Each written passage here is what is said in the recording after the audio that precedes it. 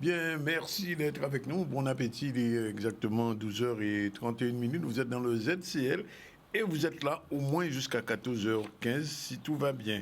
Aujourd'hui, dans un instant, on va recevoir Francis Carole. Francis Carole, c'est le président du PADIMA, c'est une organisation politique martiniquaise, mais il est aussi conseiller régional. Avec lui, on fera un petit peu le point sur la situation martiniquaise en ce moment. On recevra un peu plus tard Sandrine Alexis, qui est chroniqueuse, avec sa chronique Focus Art. Très intéressante. On parlera aujourd'hui d'un photographe qui vit à Terre de Haut. Rendez-vous dans un instant. Un peu plus tard, Pac au Major. C'est un metteur en scène d'une comédie qui s'appelle Chanzy. Vous verrez ça, on en parlera avec lui. Et puis, un peu plus tard, Jeanne Lacour, Bertilia Martin, Samia Péloquin, pour parler d'une association qui s'appelle Chorégraphe, pour parler de Chimère en nous. C'est un parcours particulier, ça va dans le développement durable, mais on parlera avec ces trois personnes dans un instant. Et puis, on terminera comme chaque mercredi avec Martine Fazer dans la chronique culturelle de Martine Casière, ça s'appelle La culture selon Martine CSM. Sinon, l'actualité, c'est la colère des usagers des impôts. Ils ont bloqué ce matin parce qu'il y a bouffi depuis quelque temps.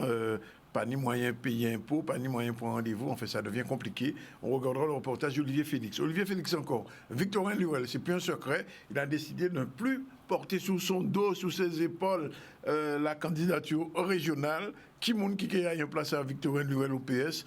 Grosse question. Victorin Luel a répondu à Olivier Félix, exclusivité. Sinon, conférence des violences en milieu scolaire. C'était à l'école Louis-André, Vianney Valverbier y était. Et puis le parcours sportif de Jarry. Enfin ouvert, les gens qui aimaient chaque jeudi après-midi courir vers 18h, courir à Jarry, ce parcours sera désormais ouvert. On en parle dans un instant. Voilà le sommaire. Merci d'être avec nous en Guadeloupe, en Martinique, en France, un peu partout. En France, on parle du reconfinement. Malheureusement, pour nos compatriotes qui sont là-bas, ils ont un petit moins gaz encore, mais enfin, bon, on aura un petit peu, on pensera à vous de temps en temps. Pour l'instant, il fait beau en Guadeloupe, 27 degrés, ça va, nous pas prendre trop de gaz. Et si on se porte bien, eh bien, il n'y aura pas de confinement en Guadeloupe, en tout cas, on l'espère. Pour l'instant, les chiffres sont un petit peu à la hausse, mais il n'y a pas de décès. Donc, la situation est particulièrement assez bien maîtrisée jusqu'ici. Voilà, c'est fini pour le sommaire. Merci d'être avec nous. On va tout de suite partir en direction de la Martinique. La Martinique avec notre ami Francis Carole. Je suppose qu'il est en ligne déjà. Francis Carole, bonjour. Bonjour Danick et bonjour à toutes les Guadeloupéennes et à tous les Guadeloupéens et puis à l'ensemble de vos auditeurs et à travers la Caraïbe et éventuellement le monde de la France. Effectivement, jusqu'en France, on nous regarde, même jusqu'à Mayotte, on nous voit en ce moment. Alors, Francis, bienvenue dans l'émission parce qu'on voulait un peu savoir quelle est la situation aujourd'hui de la Martinique. La Martinique a été confinée, il y a eu un rush de touristes comme en Guadeloupe pendant quelques jours. Aujourd'hui, il y a des groupes de carnaval qui font j'ai envie de dire, le buzz sur les réseaux sociaux chaque week-end. Quelle est la situation réelle aujourd'hui en Martinique? Alors d'abord, du point de vue sanitaire, les résultats sont plutôt bons. Oui. Nous avons au total eu 44 morts depuis le début de l'épidémie. Oui. 44 morts. Sur ces 44 morts, il y a 9 personnes de l'extérieur. D'autre part, aujourd'hui, au moment où nous parlons, nous avons 12 personnes hospitalisées. Oui. Et sur ces 12 personnes hospitalisées, il y en a 2 qui sont en réanimation. D'accord. Il faut dire aussi que la CTM, à travers les fonds européens, a permis au centre universitaire hospitalier de Martinique de se doter d'un certain nombre d'outils qui faisaient défaut au CHUM, notamment les respirateurs, des respirateurs très sophistiqués.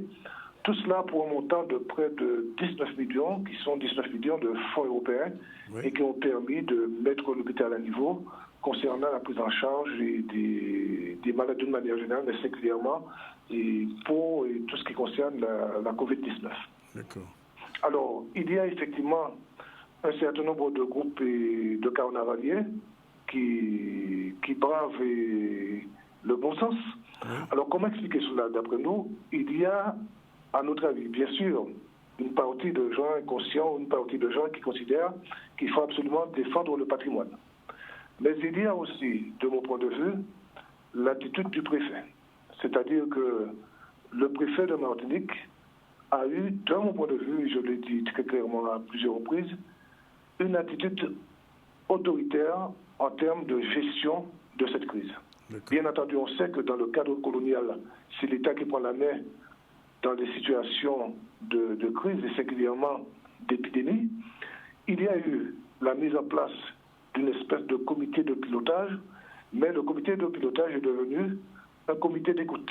Comité d'écoute où le préfet vient exposer ses déclarations. Évidemment, chacun parle, mais on se rend compte en réalité que ce qui se fait, ce sont les décisions du préfet qui passent. Pour ce qui me concerne, j'ai représenté la CTM et je ne vais plus à ces réunions parce que je considère qu'il n'y a pas de dialogue, qu'il y a simplement un soliloque de la préfecture et je ne pense pas que le rôle de la CTM soit d'écouter le préfet. Cette attitude du préfet a eu comme conséquence que beaucoup de gens considèrent le fait d'aller manifester, de courir le vider, et comme on dit, comme un acte de résistance à l'autoritarisme du préfet, d'autant qu'il y a eu cette arrivée massive de touristes. Bon, par contre, les touristes, il y a eu cette arrivée massive de touristes. Il y a eu des comportements aussi qui ont défrayé la chronique, notamment le petit-fils du Scar d'Estaing qui s'est marié dans une église où il y avait... On l'a vu sur les réseaux, on a vu ça aussi. Voilà. Donc tout cela crée chez le Martiniquais le sentiment qu'on veut les empêcher de pratiquer leur culture, et alors que d'autres qui arrivent font ce qu'ils veulent. Donc, alors évidemment, c'est un élément à prendre en considération, mais par contre, il faut cesser aussi de penser en fonction de ce que pense le préfet. Et il est tout à fait certain, c'est qu'il convient d'avoir un minimum de retenue pour ne pas propager l'épidémie. Il est clair aussi que le fait que l'épidémie soit très peu développée dans notre pays, compte tenu des chiffres que je vous ai donnés pour l'hospitalisation, cela peut inciter aussi des personnes à braver les risques que l'on sait. Oui.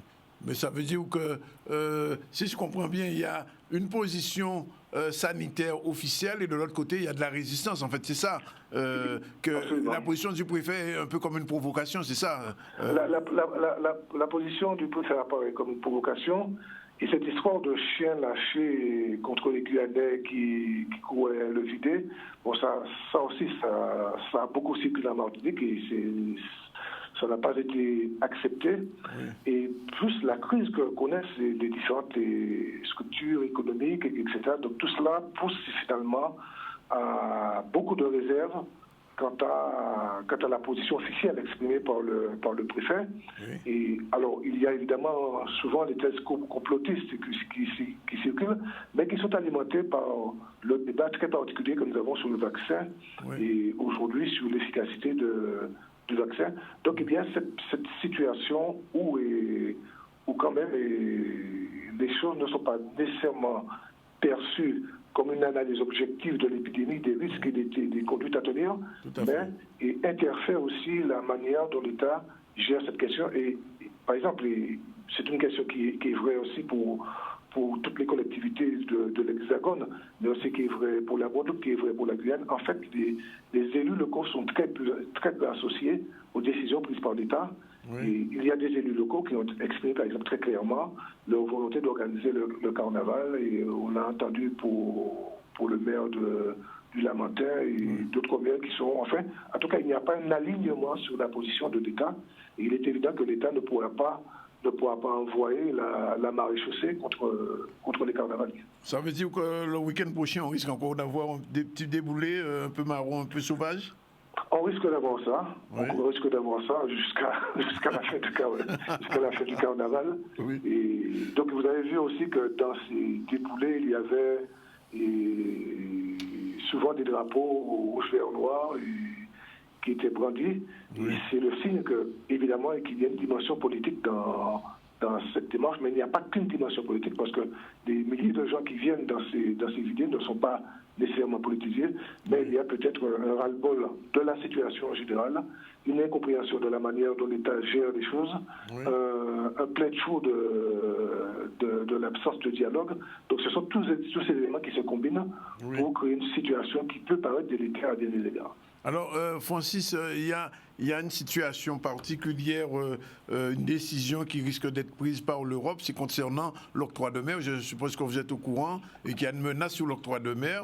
Et pour les collectivités, aussi bien en Guadeloupe, en Martinique, enfin dans les dernières colonies, ça risque de poser un problème. Est-ce qu'au niveau de la CTM, vous avez déjà une position sur cette question ? Oui, bien entendu. D'ailleurs, le président Marie-Jeanne avait pris l'initiative, il y a peut-être de cela 2 ans, de réunir, puisqu'il était président des collectivités d'outre-mer, de réunir l'ensemble de ses collègues pour discuter de l'avenir. Alors, non seulement de l'octroi de mer, mais de la question de savoir comment, en Martinique, enfin, dans nos collectivités, les collectivités auraient pu avoir davantage de latitude pour lever un certain nombre de taxes, etc. C'est-à-dire organiser véritablement un système à ce propos qui aille au-delà de l'octroi de mer. Donc c'est une préoccupation majeure, puisque nous savons l'importance de l'octroi de mer pour les communes, mais pas seulement.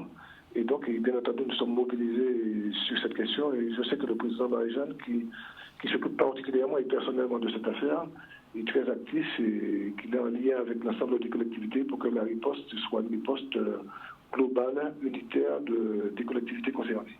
Alors, l'autre question, elle est un petit peu plus politique. Vous savez que le gouvernement français est en train d'hésiter sur la question du renvoi des élections prévues pour le mois de juin. En ce moment, il y a une tendance du côté de En Marche de renvoyer ces élections après les présidentielles. Quelle est l'analyse que vous, au niveau de la CTM et même au niveau du Palima, vous faites de cette situation? Faut-il maintenir ces élections prochainement ou les renvoyer après les présidentielles françaises? Alors, je vais davantage m'exprimer en tant que Palima. Nous avons eu l'expérience des élections municipales en mars 2020.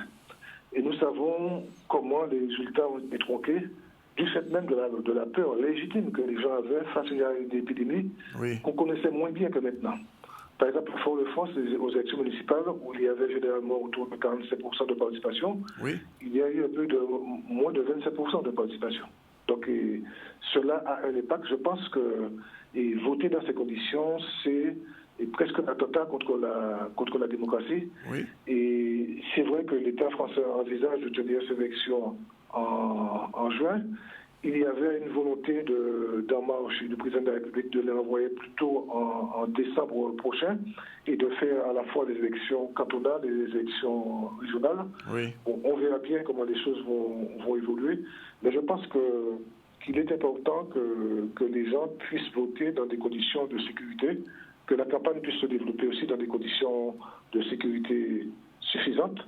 Et si on veut véritablement que les choix soient clairs, d'autant qu'en Martinique, et vous le suivez déjà, il y a un véritable enjeu politique et d'avenir sur l'issue de ces élections territoriales. Donc, la position, c'est une position intermédiaire. Alors, respect de la démocratie, c'est renvoyer les élections jusqu'en 2023, c'est ce que vous êtes en train de me dire? Alors pas nécessairement jusqu'en 2023, ça peut être à la fin de l'année 2022, en décembre 2021, excusez-moi, à la fin de l'année 2021. Il faudrait, de mon point de vue, que les conditions sanitaires soient réunies. C'est très important. Et on ne peut pas mener une campagne avec la menace de la Covid-19 et des variants qui se sont invités dans cette danse macabre. Et il faut, de mon point de vue, que les conditions sanitaires soient favorables. Il ne faut pas forcer les portes comme cela a été fait en mars 2020. Et on en a vu les conséquences sur la possibilité, la liberté des gens de pouvoir véritablement se prononcer. Alors si, d'ici juin, par miracle, les choses vont mieux, eh bien, pourquoi pas?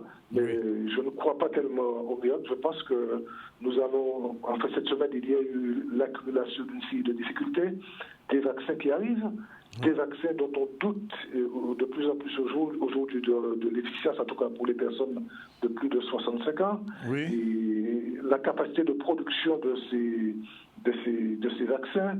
Et tout ça, autant de questions qui interrogent sur la capacité des États d'une manière générale, et singulièrement de la France, et de pouvoir revenir à une situation normale dans les mois qui viennent. Alors, l'autre problématique qui vous concerne, puisqu'on a reçu une déclaration du CNCP sur cette question, c'est la question chlordécone. Vous savez que le gouvernement français est en train de passer l'éponge, de dire, bon, finalement, c'est une vieille affaire maintenant, on n'en parle plus, et puis essayer de repousser au maximum le procès chlordécone. Quelle est la position de la CTM, et même si au-delà même de Francis Carole sur cette question? Est-ce que, comme on dit, chlordécone dépasser farine? Alors, c'est exactement cela. J'ai très tôt sorti une déclaration sur cette affaire. Ça fait quand même juste le lendemain de l'information qu'il serait pensé qu'on pourrait tout cela pour se terminer par un non-lieu. L'eau dépassée farine. Oui. Et je rappelle quand même des choses. Et personnellement, en tant qu'élu de l'ancien Conseil général, dès 2006, ça fait 15 ans, j'avais demandé à la fois une commission d'enquête parlementaire que nous avons obtenue seulement l'année dernière. Nous avions demandé aussi des enquêtes épidémiologiques, ce qui n'est pas totalement accordé aujourd'hui. Et j'avais fait voter une motion en avril 2007 et demandant à la collectivité du Conseil général de porter plainte contre X, c'est-à-dire pour embrasser en fait tous les acteurs qui avaient une responsabilité dans l'utilisation de la chlordécone en Martinique. Oui. Et tout cela, donc ça fait un moment. Aujourd'hui, qu'est-ce que l'État nous dit? L'État nous dit, bon, on va vers un non-lieu. C'est à faire. Oui. Donc, donc, il risque d'y avoir un non-lieu, mais si c'est... Non seulement non-lieu, mais prescription d'abord. Prescription, oui. Prescription qui aboutit à un non-lieu. Oui. Alors, il y a d'abord, et je crois que Durimel l'a rappelé récemment, il y a un débat sur les fondements juridiques de cette hypothèse. Donc, les avocats vont se battre, les avocats ont prévu d'aller devant les instances internationales et devant la Cour européenne. Donc, tout cela doit se faire. Tout cela doit se faire. Mais parallèlement, et je sais aussi que le président Marie-Jeanne a pris contact avec le président Chalus pour voir comment une action commune peut être coordonnée sur cela, parce que nous considérons qu'il faut rendre au peuple de la Guadeloupe et de la Martinique justice sur la question de l'empoisonnement de nos peuples et au chlordécone ou à la chlordécone. Et pour, après, ce que j'essaie de faire de mon côté, alors en tant que personne, en tant que militant, au-delà de mon appartenance à un parti, et j'essaie de voir si nous pouvons organiser en Martinique une riposte très large.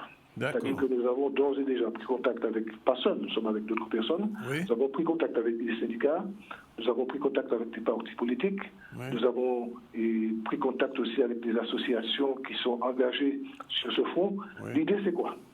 C'est que cette menace est une agression, une provocation de l'État français contre le peuple martiniquais. Le peuple martiniquais et le peuple guadeloupéen. Le peuple martiniquais peut avoir des contradictions qu'il a. Contradictions politiques, syndicales, stratégiques, idéologiques, peu importe. Mais nous considérons, et ça doit vous parler d'Alex Antonis compte tenu de votre parcours, et ça c'est les contradictions au sein du peuple.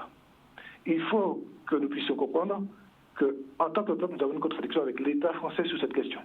Et il faut tout faire pour que tous les Martiniquais, à quelque chapelle politique, idéologique qu'ils appartiennent, puissent se mettre ensemble pour marquer par une action massive la désapprobation et la contestation forte du peuple martiniquais sur ce risque de non-lieu. Et c'est ce que nous essayons de faire avec d'autres. Et nous avons une réunion dès ce jeudi de cette semaine, donc demain, avec les organisations syndicales, les organisations politiques, les associations qui se sont engagées dans la lutte contre la chlordécone, pour voir si on pouvait trouver, et sur la base d'une plateforme simple, c'est tout ce qu'on a déjà dit, dédommagement, etc., et surtout, en l'occurrence, procès et justice pour le peuple martiniquais et le peuple guadeloupéen empoisonné. Et si sur cette question-là, nous ne pourrions pas avoir un grand rassemblement unitaire, transpartisan, mais suffisamment massif pour que ce soit que ça ait un impact politique que fort. ça marque. Je veux dire, mais Francis Carole, ce que vous dites est intéressant. Ça veut dire que si une coordination arrivait en Guadeloupe, les deux pays unis sous cette même problématique, ce serait encore plus fort, non? Non, ce serait très intéressant. C'est-à-dire qu'une fois que je dis, nous aurons un peu plus de visibilité sur ce que nous sommes capables de faire ensemble, au-delà des oripeaux idéologiques, oui. Eh bien, il faudra à ce moment entrer en contact avec la Guadeloupe, pour voir s'il n'est pas possible d'organiser une manifestation le même jour oui. en Guadeloupe et aussi dans l'immigration. Oui, en France. Tout à fait. Donc, c'est à cela qu'il faut travailler parce qu'il faut véritablement. Parce que si nous ne parvenons pas à faire ça, si chacun reste dans sa chapelle en considérant qu'il est le plus pur, le plus beau, etc., eh bien, l'État français et le colonialisme français vont continuer à se moquer de nous. Oui. Et ça, ce n'est pas acceptable aux yeux de patriotes. Il faut que nous laissions de côté les divergences secondaires et que nous puissions ensemble nous concentrer sur ça. D'accord. Alors, dernière question, une question politique. J'imagine la réponse. C'est OK. Marie-Jeanne se représentera si les élections ont lieu, quelle que soit la date. C'est acté déjà en Martinique? Oui. C'est dans la tête de Marie-Jeanne, c'est clair. Mais je pense que dans la tête des gens, c'est aussi très clair. Et donc, non seulement ça a été annoncé, mais d'ores et déjà, il y a une dizaine de comités de soutien qui sont apparus, qui ont été mis en place. Et nous finissons la rédaction du projet. Oui. Et nous avons beaucoup fait, il y a un bilan très riche sur lequel il faut encore informer la population. Mais chaque élection est une élection nouvelle. Donc il faudra évidemment mettre en valeur ce bilan, mais aussi se projeter. Parce qu'en 5 ans, la réalité change beaucoup. Et il faut s'adapter à cette réalité sur la base des acquis, mais sur la base aussi des faiblesses qui ont pu apparaître. Donc nous sommes en train de traverser cela. La CTM et le PANIMA est engagé dans cette bataille, et évidemment autour de l'idée de programme qui demain pourra servir de base pour l'émancipation du peuple martiniquais. Nous savons que ce sont des batailles. C'est-à-dire que quand on entre dans ce genre de stratégie, il y a des batailles, mais il faut qu'il y ait aussi des acquis sur lesquels nous puissions nous appuyer par la suite pour aller de l'avant. Et ce sera sans mon plaisir cette fois-ci. Et oui, je m'apprêtais à dire Dieu merci, mais vous savez que je ne suis pas très croyant, mais enfin je dis Dieu merci parce qu'en fait, il a fallu à un moment donné, il faut bien comprendre, il a fallu à un moment donné, il y avait une volonté forte en 2015 de dégager le PPM. Cette volonté était très forte dans la population.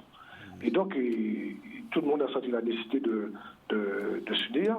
Et donc, l'alliance s'est faite sur notre programme. Et c'est vrai que mon plaisir a souhaité avoir un certain nombre de postes, ce qui a été négocié avec Alfred Marie-Jeanne. Le PANIMA, pour ceux qui le concernent, n'a jamais négocié d'arrêt de la revendication statutaire ou quoi que ce soit. Nous avons continué notre travail, mais on pouvait comprendre que dans le contexte qui avait cours à ce moment-là, cette stratégie, en fait cette tactique pouvait avoir du sens. Aujourd'hui, les données du problème sont complètement différentes et on a en fait des alliances un peu particulières et aujourd'hui, on n'est plus dans l'affrontement patriote contre PPM ou bien contre la droite. On est plutôt dans des postures personnelles, c'est-à-dire à qui le tour d'être calife. Et nous ne sommes pas personnellement dans cela. C'est pourquoi je n'ai pas de présenté de liste. Je ne peux pas présenter de liste pour ne pas ajouter de la confusion à la confusion. Et nous avons fait un travail convenable dans cette équipe. Et donc nous entendons poursuivre dans l'intérêt de la Martinique. C'est pourquoi très bientôt nous allons sortir une déclaration commune avec l'ensemble des partis, et justement avec le titre pour la Martinique. C'est-à-dire que c'est véritablement, et non pas une alliance autour de leader, même si Marie-Jeanne est le leader que l'on connaît, mais ce sera surtout une alliance autour de projets pour la Martinique.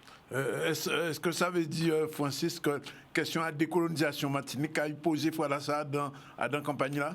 Alors, la position du PANIMA, c'est qu'il faut que ce soit posé. Parce que je vous dis, très concrètement, tous les jours, on est confronté à des comportements de l'État qui sont inadmissibles. Sur la question de l'eau, sur la question de, de la gestion de la crise épidémique. Alors vous pensez que que Caserne en Martinique est mieux placé que nous pour gérer une crise? Non. Vous pensez que le préfet de Guadeloupe est mieux placé que les Guadeloupéens pour gérer une crise? Non, il faut que ça s'arrête. Nous sommes en 2021 et ça suffit. Ce sont des attitudes qui datent du 18e ou du 19e siècle. Oui. Il faut que ça s'arrête et des attitudes qui ont cours même en France. Même les présidents d'assemblée en France contestent ce genre de choses. C'est clair. Donc c'est dire, et l'important c'est que nous, à 7000 km, nous puissions prendre la décision. Alors lors des fêtes du 31 décembre de Réveillon, alors le préfet avait dit qu'on ne devait pas circuler au-delà d'une heure du matin. Le ministre est arrivé sans raison, il a dit non, que c'est à partir de 10 heures du soir. Oui, donc c'est complètement hallucinant. Il faut véritablement que ça change dans notre pays. Et moi, je pense que ce sera un élément important que la question statutaire revienne dans le débat. Bien. Ben, Francis Carole, nous avons dit merci et puis à notre soleil. Et si Liane Naja peut faire entre Martinique et Guadeloupe sur question à Claude Déconne là, ben, nous sommes bien contents et nous avons souhaité en tout cas ce qu'a fait. Merci de participation. Bien force. 13h, 12h54, c'est déjà l'heure de la première pause. On se retrouve tout à l'heure pour la suite du journal avec notre technicien Kevin qui a fait nos signes. Voilà, il est exactement 13h, c'est-à-dire il est l'après-midi. On va recevoir dans un instant Sandrine Alexis. Bonjour. Bonjour. Pour sa chronique Focus A. Focus A ou bien Focus en moins? ART.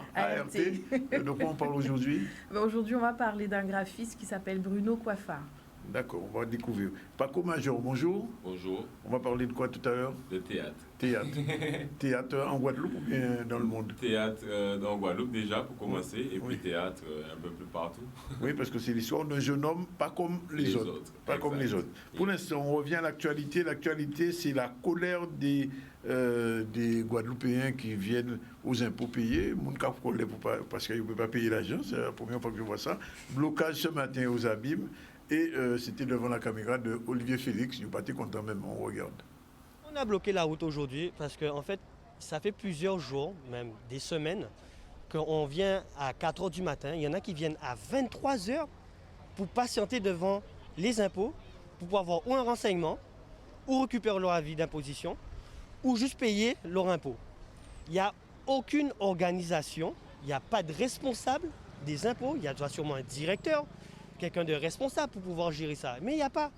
Il y a 3 agents de sécurité pour aussi 2 employés des impôts. Ils savent très bien qu'ils ont mis 3 agents de sécurité pour la simple bonne raison que la population, on en aura marre. Les usagers qui arrivent à 23h, 1h, 4h du matin, on se fait notre propre liste de personnes sous cette liste, et il n'y a même pas tout le monde. Il y a 115 personnes sous cette liste pour 2 agents des impôts. C'est une institution française. Ils sont où les personnes qui sont censées travailler? Quand on veut un renseignement aux impôts, on ne répond pas au téléphone, ils ne répondent jamais. Internet, c'est pareil, au niveau des codes. Ensuite, vous vous déplacez, vous demandez quoi que ce soit, ou même un rendez-vous, il y a sur le portail, vous avez un numéro affiché pour prendre des rendez-vous. Ils ne prennent pas de rendez-vous, ils ne veulent pas prendre de rendez-vous. Donc, aucune solution. Là, ils ont refermé les structures de Morne-à-l'Eau, Sainte-Anne, etc. Tout est regroupé ici. Donc, ce qui fait que 2 agents, moi j'ai vu 2 agents en caisse et 2 agents pour donner les renseignements sur une population. Donc, il arrive un moment, effectivement, on peut accepter les choses, mais comme au niveau de l'État, les impôts, on le sait, ben, ils ont la main un petit peu sur nous, ils font ce qu'ils veulent. Par contre, ils sont très bons pour envoyer des ATD, des lettres de rappel, des gens qui ont peu de moyens. Donc, on s'attaque aussi toujours aux plus petits, hein, au détriment d'autres personnes qui passent à travers. Donc, c'est pas normal. Apparemment aussi, c'est tous les mercredis, comme de par hasard, qu'il y a un problème informatique. De tous les bureaux, il n'y a pas un seul ordinateur ou quelque chose qui fonctionne, ou il n'y a pas de tous les informaticiens ou quoi que ce soit de la Guadeloupe, il n'y en a pas un qui peut venir régler le problème, alors que vous savez que c'est récurrent. Vous foutez de la gueule de qui, là? Au bout d'un moment, ça suffit, la population en aura marre. Donc, il y a un souci aussi qui se passe. Tout le monde paye des impôts. Tout le monde, il faut arrêter. Même si vous payez à perte d'impôt, vous avez un contrat, vous travaillez. Maintenant, il y a le prélèvement à la source. Vous avez besoin d'un document aux impôts, vous allez venir. Il n'y a pas assez de solidarité. C'est comme les problèmes de l'eau, c'est comme voilà. Il faut bouger. Il faut bouger, les gars. Si on ne bouge pas, rien ne va marcher. Il y a dit c'est des ordres, comme les nodes, eh bien nous l'avons foutu des ordres. Mais voilà, donc effectivement, c'est une situation compliquée pour les imposables, mais depuis longtemps, ça a duré de toute manière. Nous attendons qu'à les syndicats disent, parce qu'ils étaient mobilisés il y a quelque temps disant qu'ils n'avaient pas suffisamment de personnel. Eh bien, la question est vraiment posée. L'organisation des impôts, qui savent prendre l'argent pour char, mais ils ne pas ça répondre aux besoins. Un petit point politique avant de venir aux questions culturelles.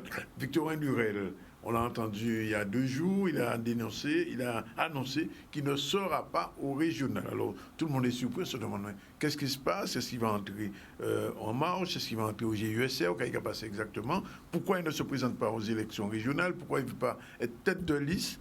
Eh bien, réponse avec cette interview d'Olivier Félix, on va savoir un peu davantage ce qui se présente et ce qui se passe.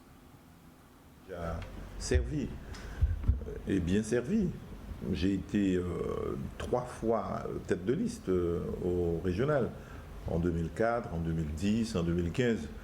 En 2021, il faut passer la main. On a suffisamment de camarades, d'expérience, de talent, d'ardeur pour poursuivre le travail que nous avons engagé. Pour autant, je ne quitte pas le bateau, il faut être clair. Je suis bien sur la marque. Je serai aux côtés des camarades s'ils veulent de moi sur la liste régionale. Pourquoi pas? Je suis sénateur, j'aimerais rester un élu local, comme je le suis aujourd'hui.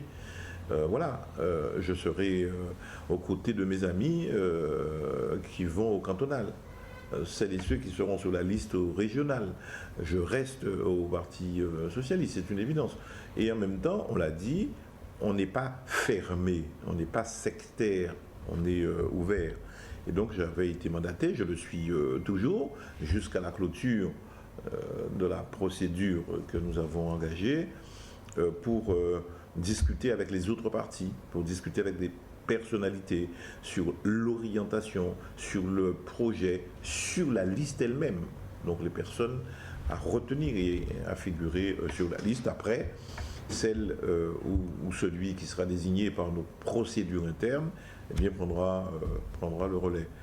Il faut se rappeler bien que Victorin Lurel, c'est un stratège, et s'il a pris une pareille décision, c'est comme on dit, il y a anguille sous roche, comme on dit aussi, tout bois pour remanier. Alors, qu'est-ce qui reste au PS en ce moment? Il reste Mme Borel, il reste Hilaire Boudet, il reste Joussin Sapoti. Est-ce que c'est eux qui porteront cette liste? Est-ce que le fait que Lurel ne soit plus en tête de liste, ça signifiera qu'il y aura une petite alliance avec d'autres partis ici contre Chalus? Dans quelques semaines, on saura davantage, puisque le processus de désignation du candidat est en cours. Il devrait se terminer à la fin du mois de février. On en saura davantage. Pour l'heure, on revient à l'art et au Focus Art. Et avec notre amie Sandrine, bonjour. Bonjour Danick. Et on va découvrir dans un instant qui est Bruno Coiffard. Générique, c'est parti.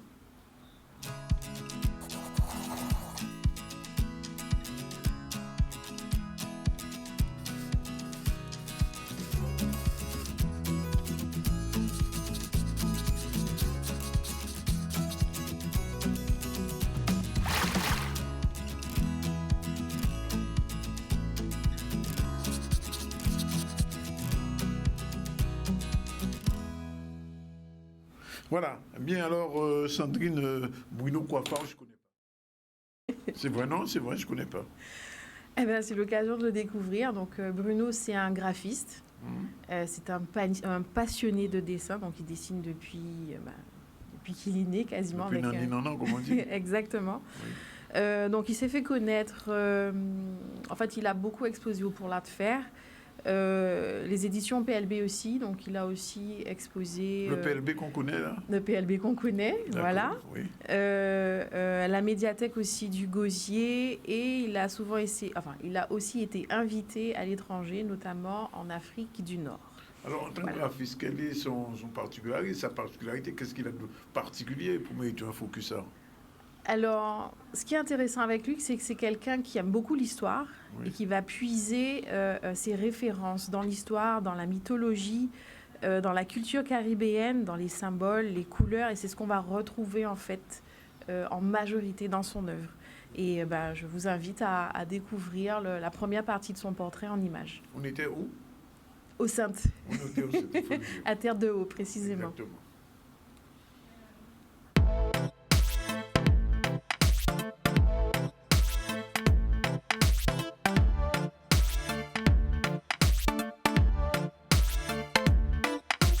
Je m'appelle Bruno Coiffard. J'habite aux Saintes, à Terre de Haut. Nous sommes à Terre de Haut, dans un lieu qui s'appelle le Citrus Lounge. Donc un petit bar super convivial qui fait désormais restauration. Et donc j'expose dans ce lieu que je trouve propice à une exposition. Le cadre est très sympa et chaleureux. Je dessine depuis, pas que je suis né, mais quasiment. J'ai toujours eu un crayon, quelque chose dans les mains pour gribouiller.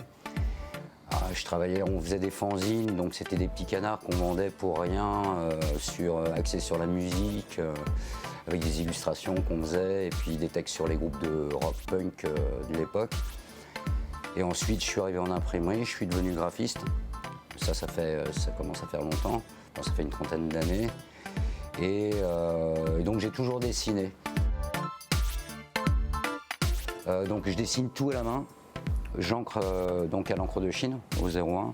Ensuite, je numérise. Mon métier étant graphiste, j'utilise un vieil outil que les graphistes connaissent bien, qui est la courbe de Bézier. Le premier logiciel sur lequel on utilisait la courbe de Bézier à l'époque, à la naissance d'Illustrator notamment.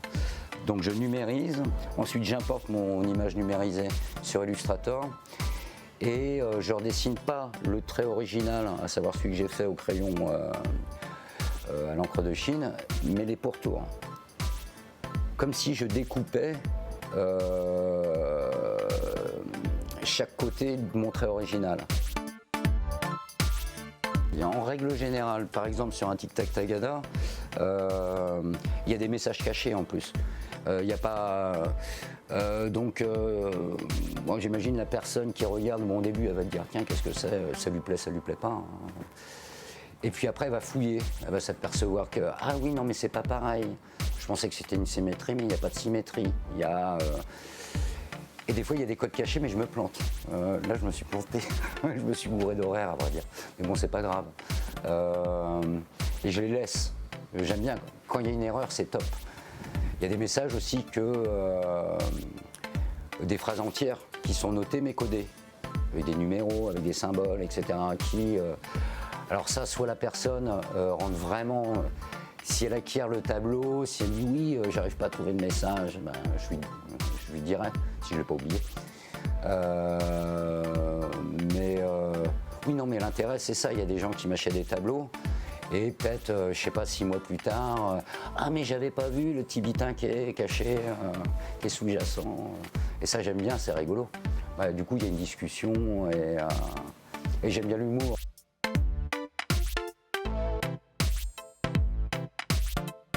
J'aime quand c'est harmonieux. Quand je fais un côté, il y a un Ouroboros par exemple, on croit qu'il est symétrique, mais il n'est pas symétrique. Normalement, l'Ouroboros, c'est le serpent qui se mord la queue, donc symbole de l'éternité. Bien souvent, j'encre des phénix qui, eux, sont le symbole de la régénérescence. Et par exemple, là, il y a le pharos, tu as le guide avec le phare. Enfin bon, il y a des histoires que je me raconte. Quand ça fonctionne, c'est top.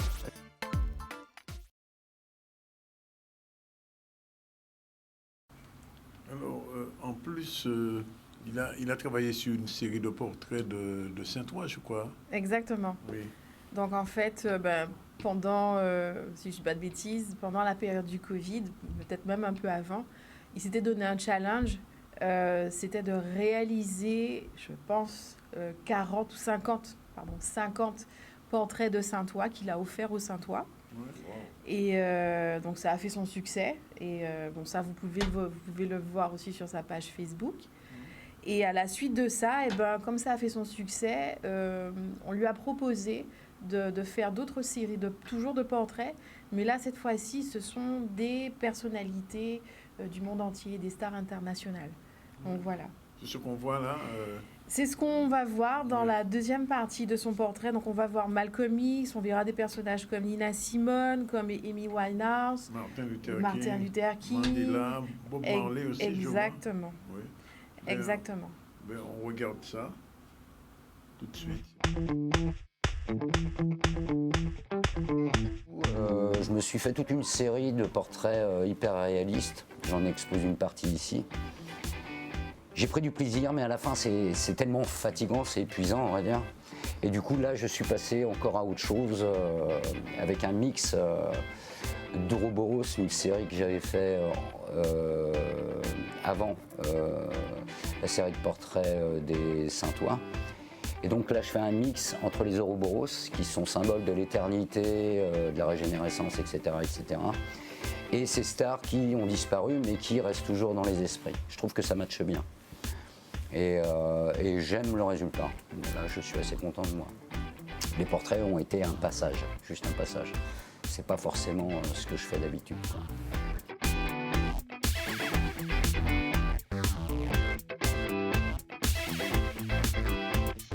Donc là, on est sur l'un des mix portraits Ouroboros.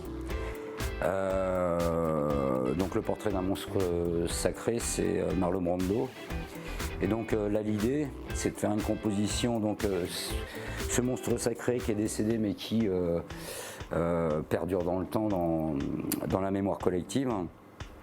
L'Ouroboros, toujours symbole de l'éternité, et donc le phénix qui lui est symbole de la régénérescence.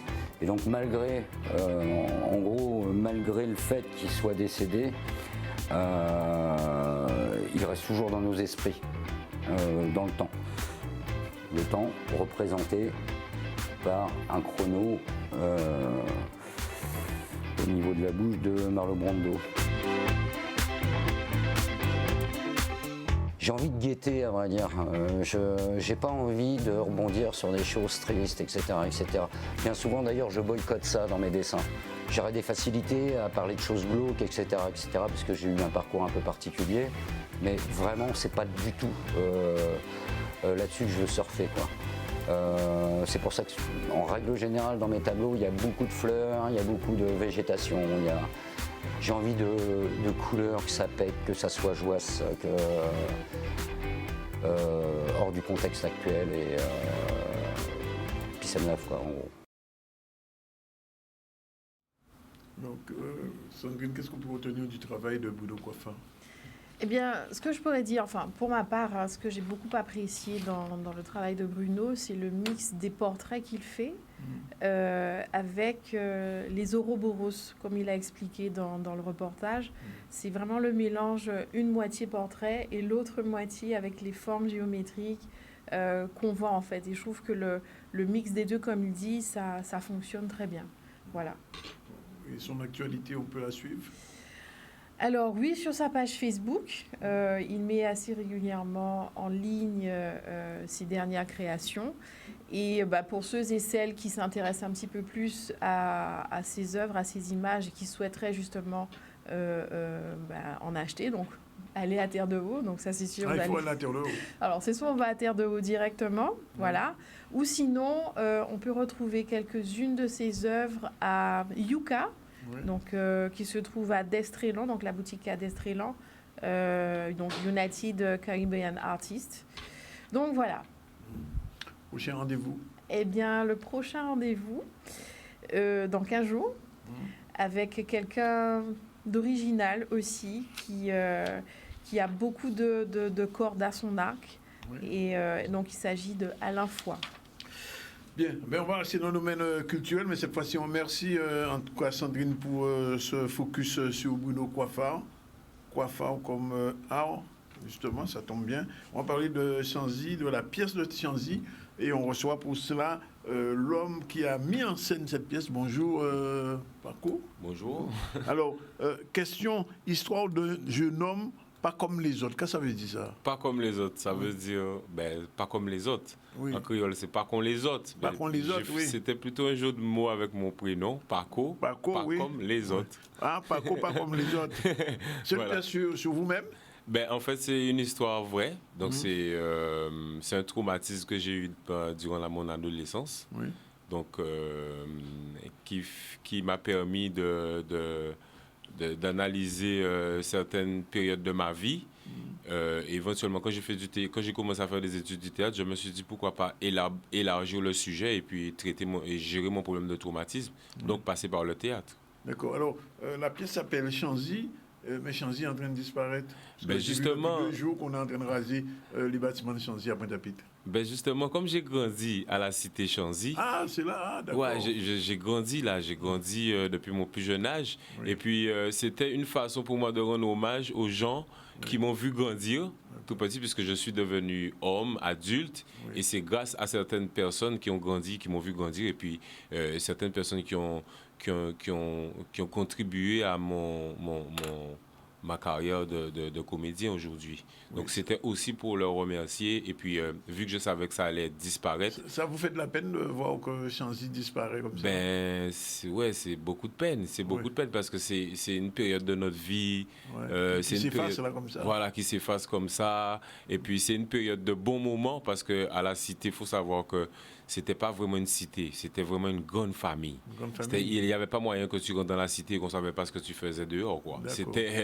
C'était comme ça, c'était la famille. Ouais. Donc, c'était aussi pour moi un moyen de ne pas oublier tout ça et de faire en sorte qu'on n'oublie jamais ces bons moments. Tous ces bons moments et toute cette génération qui a grandi là et puis qui a fait... Il y a un bonhomme qu'on connaissait à Chanzy, de Mulat, Chabin, qu'on le voyait, il parlait de Bob Marley tout le temps à haute voix. Je me souviens quand je passais là aussi, puisque j'ai connu Chanzy. Alain le Fou, tu parles. Voilà. Alain. Oui, mais on se connaissait tous. Ouais. On se connaissait tous. Tout à fait. Ouais. Alors, la pièce a commencé, la tournée depuis le 23. Oui, ça a commencé le 23 à l'Archipel. Oui. Et là, on se dirige, alors je suis demain soir au Moule. Après, je suis à Petit Canal. Ouais. Après, on revient sur Félix Poteau, Ciné-Théâtre du Lamentin, et ensuite Félix Poteau. Alors, globalement, puisque je n'ai pas encore vu la pièce, je n'ai pas encore eu cette chance, c'est une pièce, c'est une comédie, c'est une tragédie, qu'est-ce que c'est exactement? Alors, c'est une pièce dramatique. Ah, c'est un monodrame. C'est un monodrame. Donc, je suis tout seul sur scène. Ah bon, c'est un one-man show? Plus ou moins. Plus ou moins. En fait, c'est un projet qui consiste à... En fait, je suis à la limite entre le théâtre et le cinéma, parce que je suis comédien, mais je suis aussi acteur. Oui. Donc, en fait, j'ai voulu faire ce projet pour expliquer déjà ma position dans le théâtre. Donc, je viens de créer ce concept, puisqu'on n'a pas beaucoup de pièces dramatiques nouvelles en Guadeloupe. Oui, il y a beaucoup d'humour, mais pas de drame. Voilà. Donc moi, c'est plus du dramatique. Oui. Donc je me suis plus penché sur ça. Et puis, c'est plus aussi traiter les problèmes sociaux qu'on a en Guadeloupe. Oui. Surtout sous la nouvelle génération qui ont des problèmes sociaux par rapport au traumatisme qu'ils ont dans les quartiers ou dans les logements sociaux, ou dans les familles et tout ça. Donc c'est aussi global, c'est la globalité de tout ça que j'ai voulu regrouper lors de mes études sur un seul projet. On va regarder une petite vidéo. Je crois qu'on a une petite vidéo sur la pièce. Kevin confirme. Oui, on va voir ça.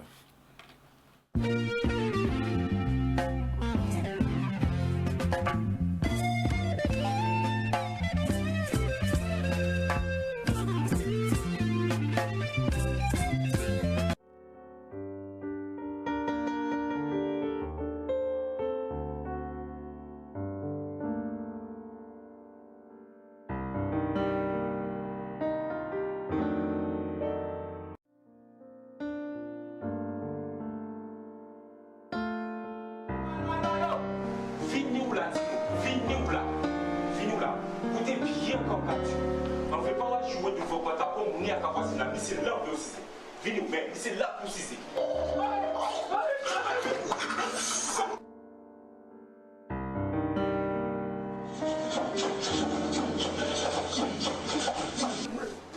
Yes, auntie.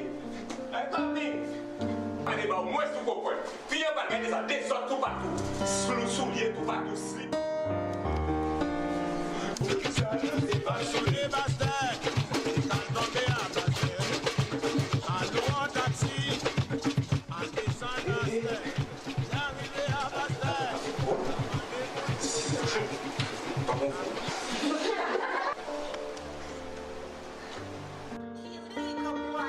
Johnny, bro, last year. word.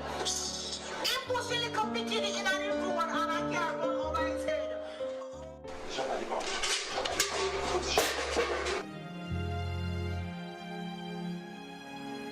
It's the very first breath when your head's been drowning underwater.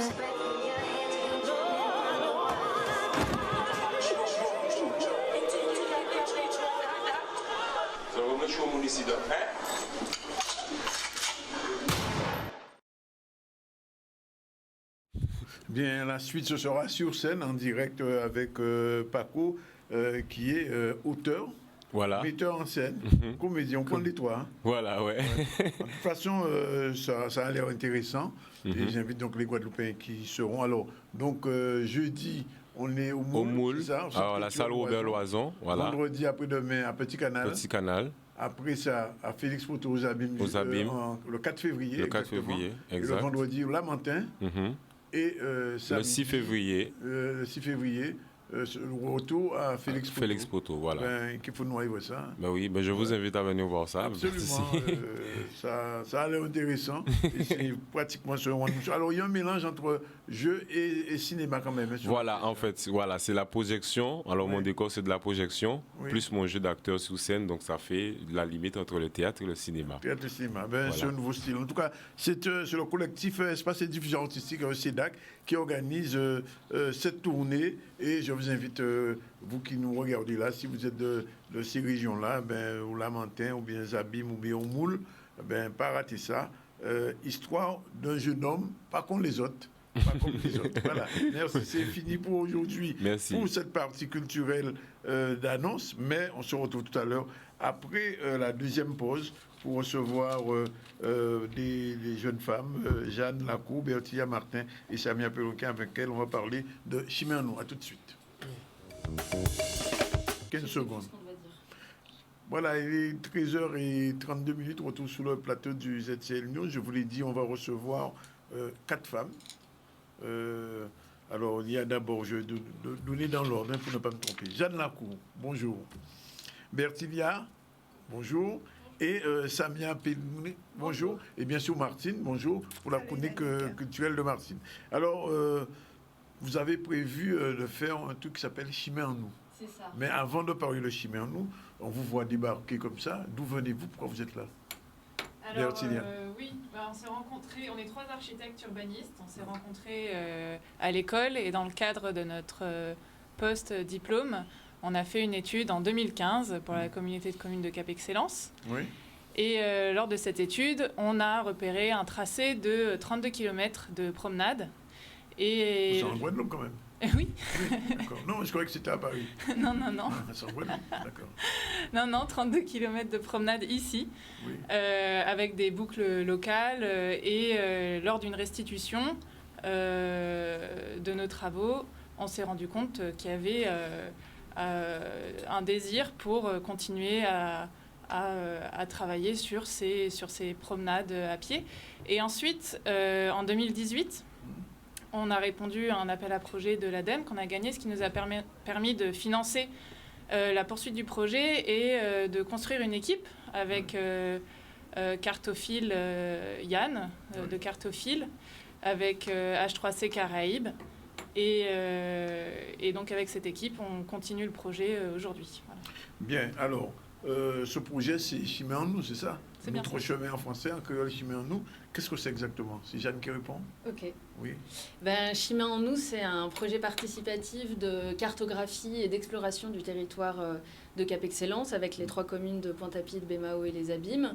Et pour ce projet, on a 2 parties. On a la première partie qui est donc une cartographie contributive qui est accessible sur le site internet chiméanou.com. Voilà, vous voyez les premiers tracés référencés sur les petits points jaunes, c'est quoi exactement? Comment? Les petits points jaunes qu'on voit sur la carte. C'est des points d'intérêt, des points du quotidien. En fait, sur cette carte, on peut inscrire les tracés, les lieux auxquels on a envie de pouvoir se rendre. Les sites d'intérêt, c'est ça? Ouais, par exemple, les équipements publics, s'il y a des commerces particuliers, voilà, toutes sortes de... Il peut y avoir des points de vue, des choses comme ça. Et donc, sur cette carte, il y a les tracés qui sont utilisables à pied et à vélo qui sont agréables, qui permettent de sortir de la route pour se déplacer. Et tout le monde peut alimenter cette carte en donnant des informations sur les chemins. Est-ce qu'ils sont facilement accessibles? Est-ce qu'ils sont ombragés? Est-ce que c'est dans un beau paysage? Est-ce qu'il y a des aménagements? Donc ça, c'est la première partie, c'est la carte. Et la deuxième partie, c'est des ateliers participatifs. On a fait un premier atelier en décembre en ligne pour présenter le projet.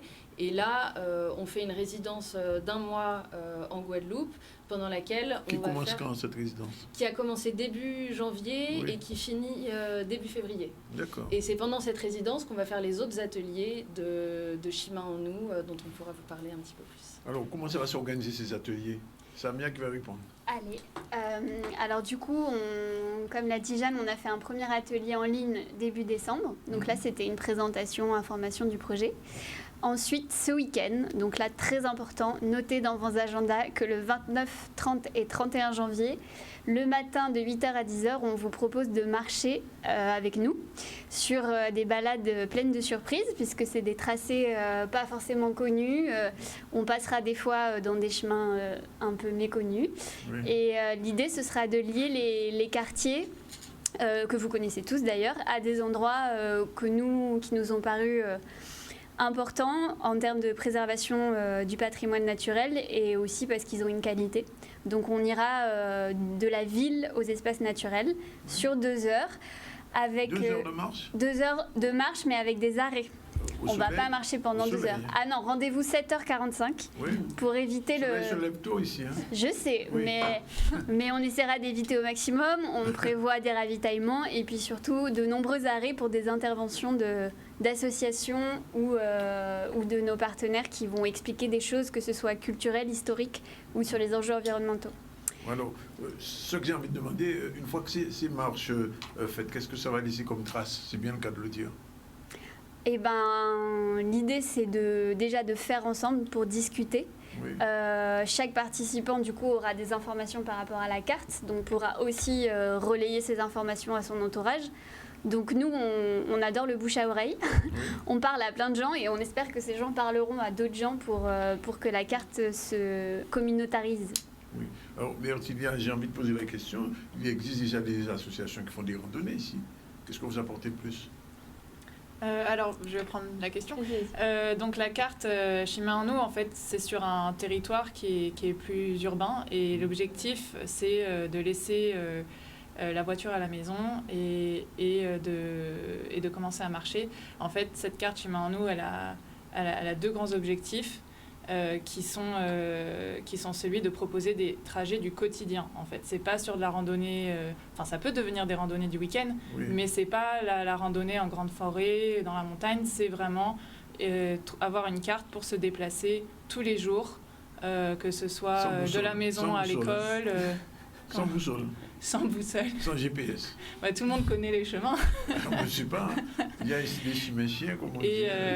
Voilà. On a parlé l'autre fois, d'ailleurs. Oui. Voilà, donc c'est vraiment pour le trajet du quotidien. Oui. Voilà. Et dans ce territoire plus urbanisé, de réussir à mettre en avant les éléments naturels, les continuités naturelles qu'on arrive à percevoir de temps en temps au coin d'une rue, le long d'une ravine, en traversant un pont. Voilà. Donc mettre en avant les éléments naturels et améliorer les déplacements du quotidien. Alors, les gens qui vous regardent en ce moment se disent, bon, mais d'accord, est-ce qu'il y a d'autres manifestations, d'autres événements autour de ces marches? Parce qu'on voit que vous êtes des gens de Macron, vous êtes en marche. Non, du tout. Pas du tout.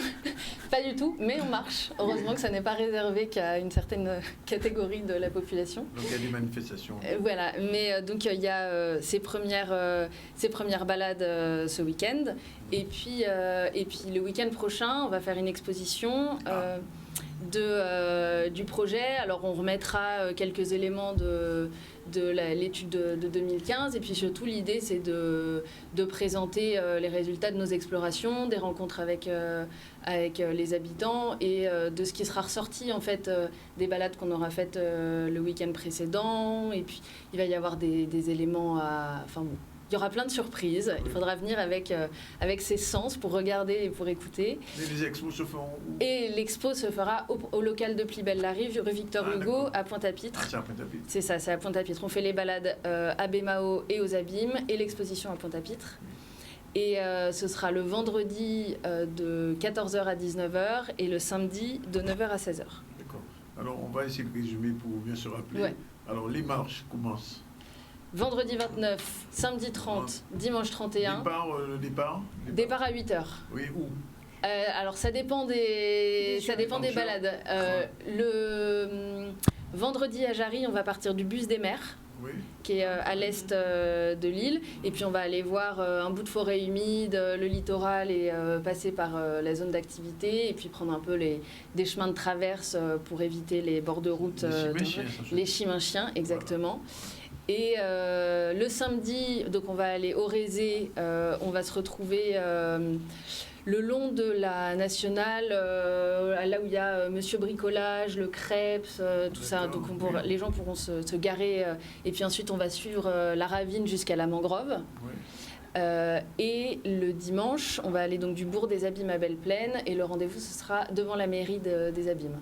D'accord. Et donc l'exposition se fera à Plibelle-la-Rive, c'est ça? Oui, le 5 et le 6 février dans le local de Plibelle-la-Rive et ouverture le vendredi 5 à 14h et jusqu'à 19h et le samedi de 9 à 16. Alors, une question générale. En tant qu'urbaniste, ça vous porte quoi ce genre de le projet et le venir faire ça en Guadeloupe? Alors, qu'est-ce que ça nous apporte? Déjà, en fait, c'est quelque chose dont on a beaucoup, sur lequel on a beaucoup réfléchi en fait depuis 2015 et on a fait ça un petit peu de notre côté. Il y a une vraie satisfaction à venir le confronter aux gens qu'on rencontre, aux acteurs locaux avec qui on est en partenariat. Ça nous permet d'atterrir vraiment sur le territoire. Et puis en plus, la Guadeloupe, aucune de nous n'était venue en Guadeloupe avant 2015. Et on s'est toutes dit que découvrir un territoire à travers le travail, l'exploration et les rencontres, c'est une façon qui nous plaît beaucoup de faire connaissance avec un territoire. Bertine, quel souvenir vous allez garder de ce séjour dans les Chiminous et dans les Chiminchiens? Alors, mon plus grand souvenir, et j'en profite pour faire un remerciement à toutes les personnes à qui on a parlé et surtout à toutes les associations qui nous ont aidés et soutenus et qui seront présentes lors des marches pour faire des interventions.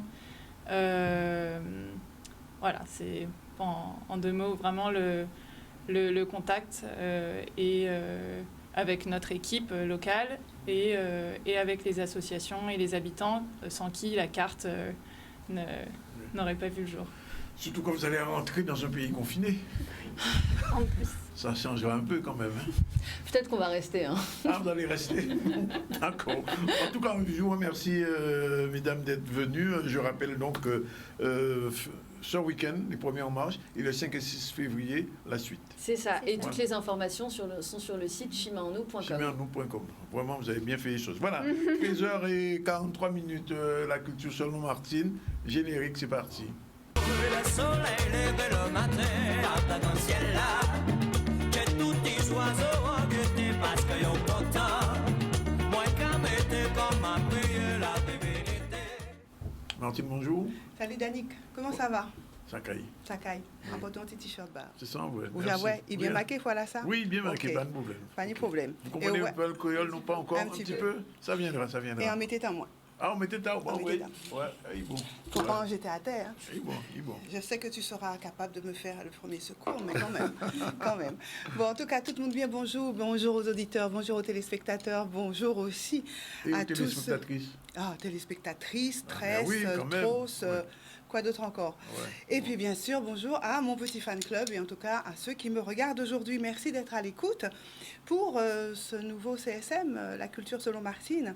Une culture cette semaine qui commence à reprendre un peu de la couleur. Oui. Ah bon? Il y a des choses qui se passent en Guadeloupe, non? D'accord. Si, bon. si. Il y a des choses, il y a des petites choses encore. À la Wawa, il y a plein de choses, j'ai vu hier. Alors, on va en parler un Oui. petit peu. J'irai écouter un petit peu également ce qui se fait. Mais c'est vrai que ça reprend, c'est encore frémissant, mais il y a des choses, il y a des volontés, il y a des envies. Ça bouge, ça frémit. Et ça va marcher. Oui, et ça marche aussi. Oui, oui. Donc, merci beaucoup pour cette belle présentation. En tout cas, ma revue de presse de la culture aujourd'hui, elle va être plurielle. Elle va se passer sur le territoire, mais également de l'autre côté, à Danfrigidella, la Café Fouette est là, nous confiner. Oui. Et c'est pour parler d'une belle dame, une grande dame, dont on a vu les jambes tout à l'heure. Ah bon? Mais oui, elle a montré quelques atouts. Et cette grande dame dont on parle, c'est un monument et c'est la Tour Eiffel. Ah, d'accord. Oui. Pourquoi je parle de la Tour Eiffel? Bien parce que elle est actuellement fermée, bien sûr, à cause de cette pandémie. Mais il faut savoir que le 26, c'est-à-dire hier, 26 janvier, c'était un anniversaire. C'était l'anniversaire du début de la construction de cette grande dame en fer. 1887, elle a 130 ans, elle les porte bien, elle n'a jamais été aussi belle, elle n'a jamais été aussi attrayante. Malheureusement, en ce moment, ses atours sont un peu délaissés.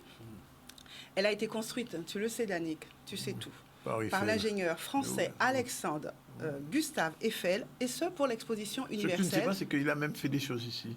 Yes, absolument. Oui. Je sais que tu es très bien renseigné, tu es un homme très cultivé. L'exposition universelle 1889, c'était le début, c'est le pourquoi cette tour Eiffel a été construite. Et les premiers coups de pelle ont été donnés le 28 janvier 1887. Le 31 mars 89, la tour faisait 324 mètres. Oui. Alors, tu vois, aujourd'hui, cette tour Eiffel, elle est toujours là, elle est de plus en plus présente. Il faut savoir qu'au moment de sa construction, tout de même, elle a été énormément décriée. Les Parisiens, voire la France, se demandaient quelle est cette horreur, quelle est cette verrue qu'on est en train de construire sur l'une des plus belles places. Aujourd'hui, l'ensemble des pays du monde envie la France et ils ont fait des concours. Je montrerai la prochaine fois des bâtiments et des monuments qui vont dépasser la tour Eiffel. Au Japon, il y a une tour qui dépasse la tour Eiffel. Quoi donc? Au Japon, il y a une tour qui dépasse. Il y a une tour, mais c'est pas seulement. Il y avait l'Empire State Building qui aussi était largement au-dessus. Mais je reviendrai dessus. Ça a été une véritable prouesse technique et donc c'était pour saluer cette grande dame dont c'était un anniversaire hier. On revient sur notre territoire avec ce qui est mis en place pour accompagner la culture en Guadeloupe. La DAC accompagne des travaux de mise en sécurité, figure-toi, du clocher de l'église de Sainte-Anne. Oui, c'est vrai. Le clocher est tombé à Simoun. Bon, construction, oui. Ça avance, ça avance. Mais ça avance bien. Ouais, je vois sur les réseaux sociaux, le maire chaque semaine, il publie les images. Absolument. Et donc voilà, c'était pour faire un petit clin d'œil à ça, pour dire qu'effectivement, les travaux avancent. La DAC a pris vraiment toute sa part dans l'aide et dans l'accompagnement de la mise en place en sécurité de ce clocher. Il faut savoir que ce sont des travaux de 727 000 € dont ils ont bénéficié. Par le biais d'une subvention pour pouvoir mener à bien cette tranche et éviter que ce monument historique ne parte à volo, si je peux le dire comme ainsi. Et le montant concernant les abords du monument, c'est un montant de 99 000 € pour là aussi mettre en sécurité. Donc nous suivons ça de près, mais je crois que bientôt la ville de Sainte-Anne sera en mesure de remontrer à tout un chacun cette belle construction. Je continue toujours dans la construction, figure-toi, mais cette fois-ci, c'est une horloge. Et cette fois-ci, c'est à Basse-Terre que ça se passe. L'horloge aussi, avec quelques petits soucis. Eh bien, il y a une nouvelle horloge qui vient d'être installée à la cathédrale de Basse-Terre, monument historique aussi, qui méritait donc de retrouver son horloge. Ça y est, c'est fait. Et il a été... c'est encore en cours, mais ça y est, nous aurons enfin l'heure. Oui. Hein? L'horloge se met à l'heure, quoi, c'est ça. Ding, dang, dong. Oui. C'est parti. Allez, hop, je continue. C'est mon patrimoine. Oui. Ça qui est en nous, à Patapon au monde. Et c'est vrai que les chemins de chez nous, ce sont bien les nôtres. Les chemins chiens, il ne faut pas tout le monde aille là parce qu'il faut que ça reste un peu en chien. C'est-à-dire que ça puisse être vraiment de traverse. Si c'est trop connu, trop visité, on perd cette partie de protection. Et malheureusement, j'ouvre la parenthèse, je pousse mon petit coup de gueule de la semaine. S'ils sont trop connus, il y a des malveillants, des malpropres qui vont aller y jeter des déchets, comme ça se fait sur pas mal de littoral. Et ça, c'est inacceptable. Et je commence à trouver que c'est... Bref, nous y reviendrons, mais c'est vrai que ça me met toujours un peu en colère quand je vois de belles zones de promenade qui sont salies par des déchets, gravats, pneus. et restes de frigo, etc. Donc je tire encore une fois la sonnette d'alarme, protégeons notre île parce que ce bien-là, c'est celui que nous allons transférer à nos enfants et c'est pas top de le salopter comme ça. C'est pas un gros mot, hein, parce que mais c'est, tu sais très bien que Raymond... c'est saloptage. Saloptage, mais c'est pas un gros mot non plus. Raymond Pater-Thorin l'a utilisé pour un spectacle une pièce, édifiant. Saloptage, ce spectacle était magnifique et il disait bien ce qu'il disait. Alors... Appel à projet, c'est mon patrimoine. C'est un dispositif qui s'adresse aux jeunes de 6 à 18 ans. Ça leur permet de s'approprier le patrimoine de leur île, à l'aide de professionnels de la culture, bien sûr, de l'éducation populaire également, et autour de pratiques artistiques. En quoi ça consiste? C'est rencontrer des artistes et les œuvres, avoir une meilleure connaissance de l'art et du patrimoine et également des pratiques artistiques. C'est tout ce qui est défendu au travers de cet appel à projet. Il y a des dépôts de candidature qui sont possibles donc jusqu'au jeudi 4 mars prochain. Et ce dépôt va se faire via une plateforme unique maintenant qui s'appelle Mes démarches simplifiées, que vous allez retrouver très facilement sur le site du ministère de la Culture et de la Communication. Vous y allez, vous allez chercher donc appel à projet, mon patrimoine, et là vous avez le lien qui vous permet donc de vous connecter sur cette plateforme, Mes démarches simplifiées, pour avoir l'ensemble du projet et toutes les modalités. Alors on va vous inviter bien sûr à compléter ce questionnaire et à y joindre toutes les informations qui vous seront demandées. Et donc, c'est mon patrimoine, ça a été lancé depuis 2005, toujours par le ministère de la Culture, et c'est en lien avec une agence qui s'appelle l'Agence nationale de la cohésion des territoires. Ils ont mis en œuvre cette pratique, enfin en tout cas ce projet, pour permettre vraiment à nos jeunes d'être en lien avec leur patrimoine, de ne pas laisser partir tout ce patrimoine, qu'il soit à la fois artistique, qu'il soit... représentés par des monuments, qu'ils soient représentés par des vestiges sur le littoral. D'ailleurs, à ce propos, nous avons fait une visite de ces vestiges portuaires, du patrimoine portuaire du Moule la semaine dernière, justement, pour mettre en valeur tous ces lieux avec une association.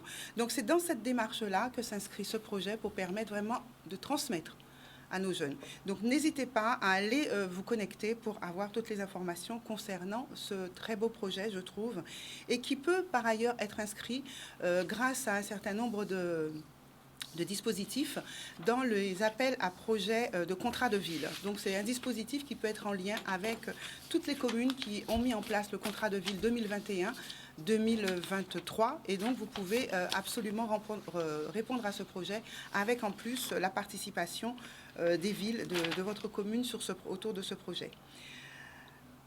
Compte tenu des restrictions sanitaires, je voudrais quand même préciser que lorsque les activités seront mises en place au travers de c'est mon patrimoine, de ce projet, il faudra donc adapter, bien sûr, les manières de visiter, que ce soit hors les murs, que ce soit également de manière virtuelle. Est-ce que, Danick, j'ai encore 1 minute pour l'agenda ou 2 2 minutes et 15 secondes. Très bien. Je n'aurais pas à faire Chanzy puisque son réalisateur était sur place. Il faut voir Chanzy, il faut aller voir la pièce. Mais je vais aller le voir. J'irai voir aussi. Vous avez entendu parler de ça, Chanzy? Oui. Ça vaut le déplacement. Chanzy. Ouais. Non, il faut aller voir. En tournée du 23 janvier au 6 février, donc avec le CEDAC, et il a parlé de cette première édition qui va se tenir au Moule. C'est près de chez moi, mais malheureusement, la date ne convient pas. Je voudrais parler rapidement donc des cafés littéraires de la Warac.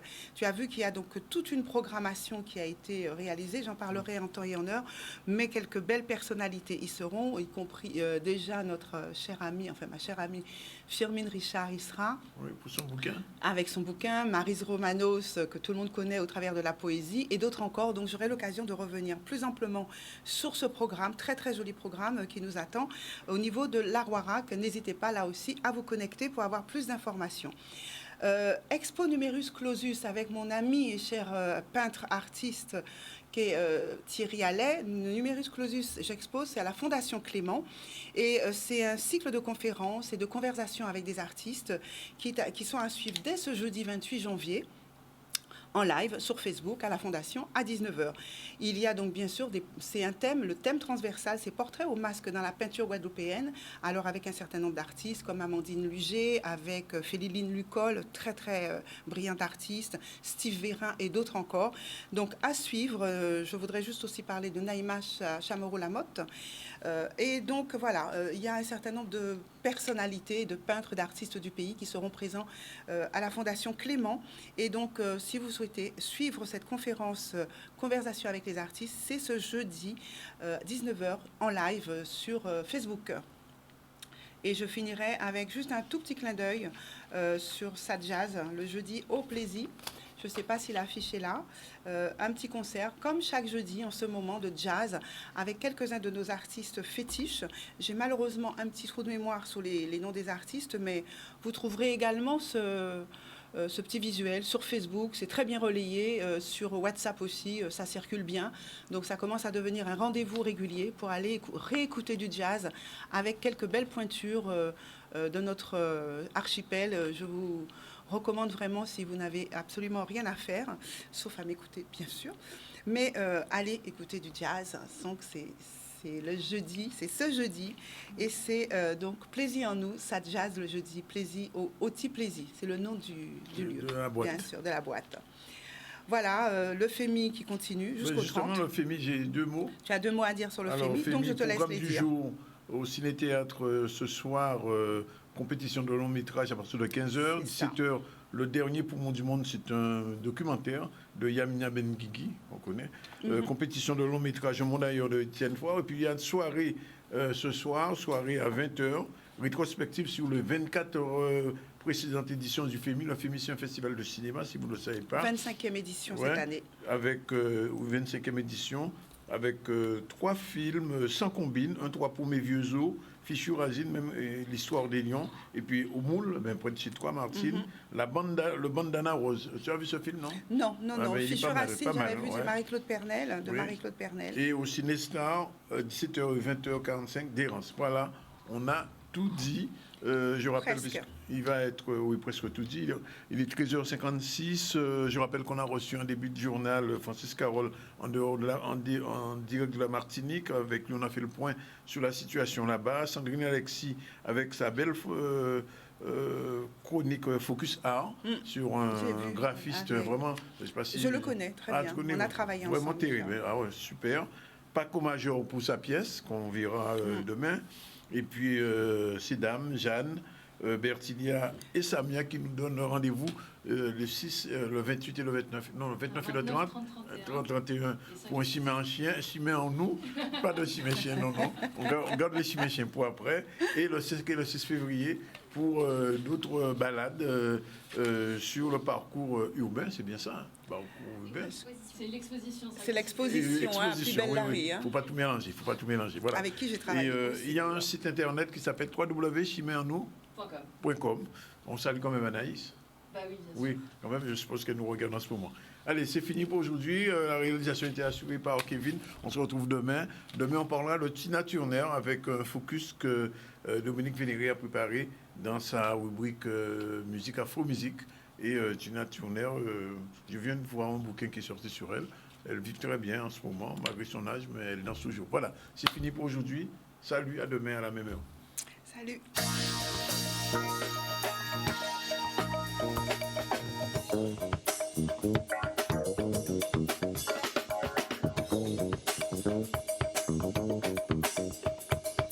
Thank you.